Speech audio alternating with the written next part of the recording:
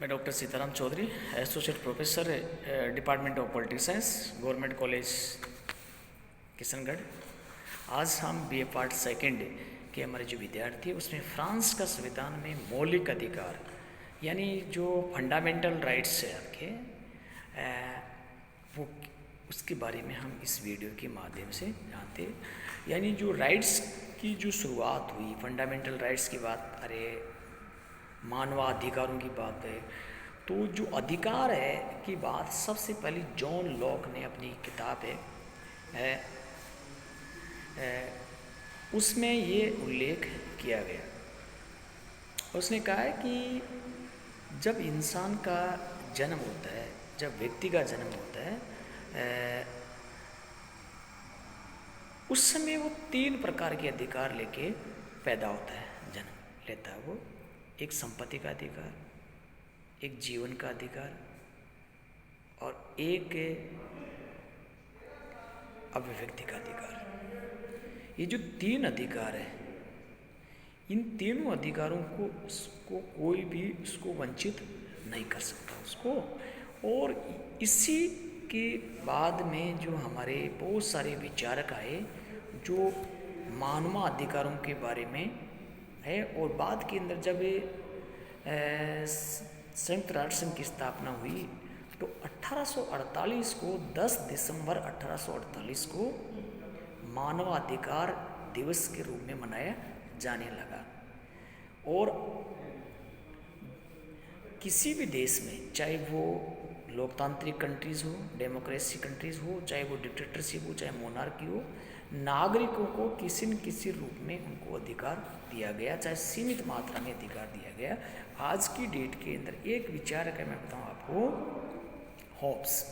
Hobbs ने अपनी किताब लेवियाथान में जब सामाजिक समझौते की वो बात करता है तो एक तरफा समझौता होता है वहाँ पर भी ये राइट है कि जो लेवियाथान है, जिसको वो कहते हैं समुद्री राक्षस, या एक तरीके का मतलब ये शासक है, उसको ये अधिकार नहीं है, उस संप्रभु को ये अधिकार नहीं है कि वो किसी इंसान की जिंदगी, किसी व्यक्ति के जीवन को हरण का आदेश दे।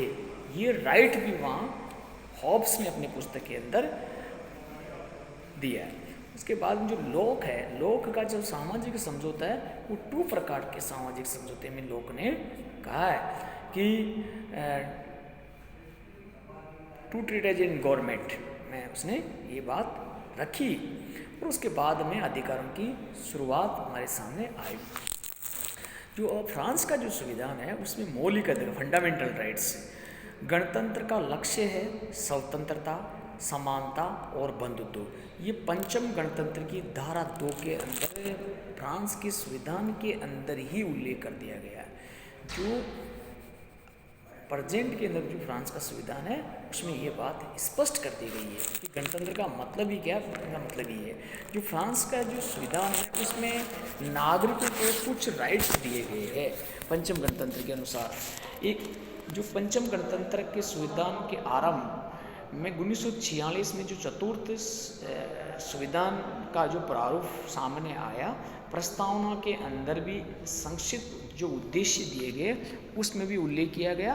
और जो 1789 की जो फ्रांसीसी क्रांति है उसमें स्वतंत्रता, समानता और बंधुता का नारा लगाया गया। और इसके लिए फ्रांस पूरी दुनिया के अंदर एक मॉडल के रूप में साबित हुआ। और ये हमारे सामने हमारे को देखने को मिला। पंचम गणतंत्र संविधान में मौलिक अधिकार का कोई पृथक अध्याय नहीं है, पंचम गणतंत्र के संविधान की प्रस्तावना में मानवीय अधिकारों और राष्ट्रीय संप्रभुता के उन सिद्धांतों को स्वीकार किया गया जो 1946 के संविधान के आधार स्तंभ थे। लोकतंत्र एवं नागरिकों की समान स्वतंत्रता, समस्त आधुनिक उपकरणों को मान्यता प्रदान करते हुए नागरिकों के व्यक्तित्व के विकास के आधिकारिक साधन उपलब्ध कराने की प्रत्याभूति की गई है। पंचम गणतंत्र के संविधान में 1789 में घोषित गए चतुर्थ संविधान के आधार पर स्वीकार किया गया। और बहुत सारे ऐसे जो हमारे जैसे समस्त कुछ अधिकार जो फ्रांसीसी नागरिकों को जो फंडामेंटल राइट्स हैं, कुछ अधिक फंडामेंटल राइट्स उनको दिया गया। समस्त स्त्री और पुरुष विधि के समान सब समान होंगे, यानी उनके सामने कोई भी किसी भी प्रकार का आप एक तरीके का भेदभाव आप नहीं कर सकते। तो ये एक तरीके का फ्रांसीसी जो संविधान है उस संविधान के अंदर ये व्यवस्था की गई है।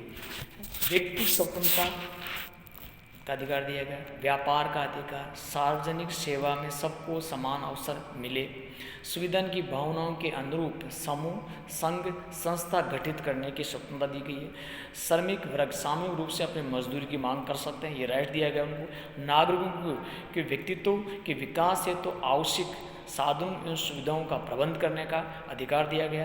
फ्रांस की राष्ट्रीय संस्कृति एवं शिक्षा की रक्षा की जाएगी तथा उसके प्रचार एवं प्रसार के लिए साधन उपलब्ध कराए जाएंगे। समुद्र पार फ्रांसीसी राज्यों एवं क्षेत्रों के प्रति पक्षपात तथा भेदभाव की नीति नहीं अपनाई जाएगी। गणतंत्र किसी भी प्रकार की जाति, धर्म, रंग, भेद, लिंग के आधार पर स्वीकार नहीं करेगा। राष्ट्रीय हित को ध्यान में रखते हुए राजनीतिक शरण को मान्यता प्रदान की जाएगी। ये सारे के सारे जो फंडामेंटल राइट्स है ये फ्रांसीसी नागरिकों को संविधान की धारा 2 के अनुसार उनको दिया गया। इसके कानून में वंश, जाति और धर्म के बिना किसी भेदभाव के सभी नागरिक समान होंगे, ये धारा 2 में इसका उल्लेख किया गया। धारा 3 में राष्ट्रीय संप्रभुता जनता की है जो अपने प्रतिनिधियों एवं जनमत संग्रह के माध्यम से उसका उपयोग करती है। मताधिकार सार्वभौमिक है, समान और गुप्त है, ये भी उल्लेख किया गया। धारा 66 के अनुसार मनमाने ढंग से किसी को भी कैद में नहीं किया जा सकता। ये फ्रांसीसी नागरिकों को जो फंडामेंटल राइट्स है वो राइट्स दिए गए और भारत के नागरिकों को भी हमारे जो संविधान का जो भाग है उसमें स्पष्ट दिया गया।